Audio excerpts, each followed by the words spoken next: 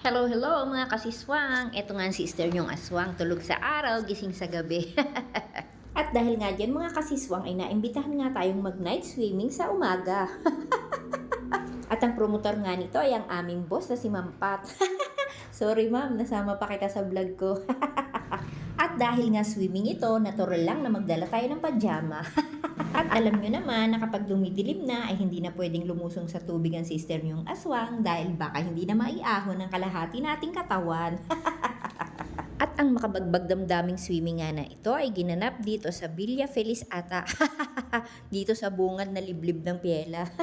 At ito nga ang isa nating kasama na si Ma'am Joyce kung saan siya ay nanggaling pa sa kalawakan ng Imus. Kaway-kaway lang girl!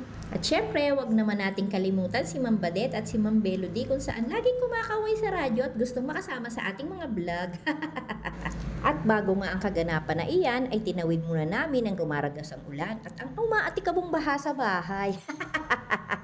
Sorry, bagyo ka lang, empleyado kami. At syempre, pagkatapos nga mag-swimming ng mga muebles, ay ito naman ang ating motor sa pre-car wash kung saan sa kalsada ito nagaganap. At dahil nga nabitin kami sa ulan, ay eto na nga, lumusong na nga sa pool ang ating mga kasama. Diba? Kumukulo-kulo pa. Saan ka naman? Kailangan maabutan namin yan dahil mag-aalis 10 na. At pagdating ng alas 10, mamamatay na siya. Parang karaoke lang, diba? At pagkatapos ngang mag-swimming sa mainit, ay lumipat naman po sa malamig ang ating mga kasama. Parang baliktad ata. Hindi kaya mapasma? Partida, galing pa sa duty yan. At bukod pa ron, tag-ulan pa, tag-bagyo pa. At ayun na nga mga kasiswang, babalik daw muna sila sa mainit na tubig dahil nakalimutan nilang mag-jacket.